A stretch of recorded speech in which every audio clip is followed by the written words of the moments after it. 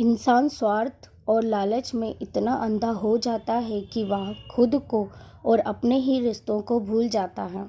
उसे सिर्फ दिखाई देता है तो लालच, जिसकी वजह से वह अपने ही लोगों से दूर होता चला जाता है। इस बात का एहसास उसे तब होता है जब उसके पास केवल पैसा ही बचता है, रिश्ते नहीं। इस बात को मैं एक कहानी के माध्यम से आपको समझाती हूँ। यह कहानी एक लालची किसान की है। एक बार एक लालची किसान से कहा गया कि वह दिन में जितनी भी जमीन पर चलेगा, वह सारी जमीन उस लालची किसान की हो जाएगी। लेकिन उस लालची किसान के सामने एक शर्त रखी गई कि वह सूर्योदय से लेकर सूर्यास्त तक ही उस जमीन पर चल सकता है और उसे सूर्यास्त होने तक शुरुआती जगह पर आना होगा।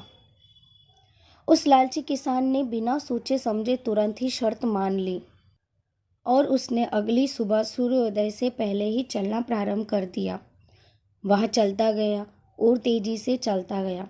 वह काफ़ी थक गया था, लेकिन फिर भी वह और तेजी से चलता ही गया।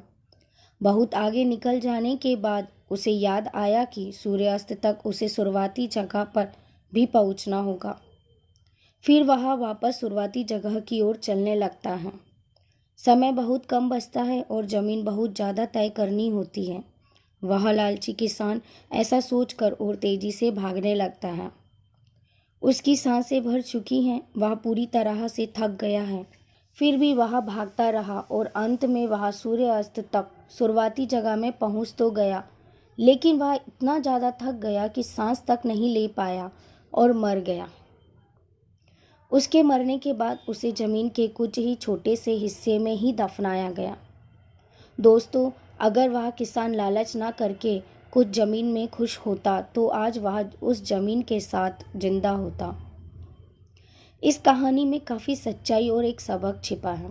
इससे कोई फ़र्क नहीं पड़ता कि किसान अमीर था या गरीब। किसी भी लालची आदमी का ऐसा ही हश्र होता है। इसलिए लालच ना करके हर एक चीज़ में संतोष कर एक खुश जीवन की पहचान है।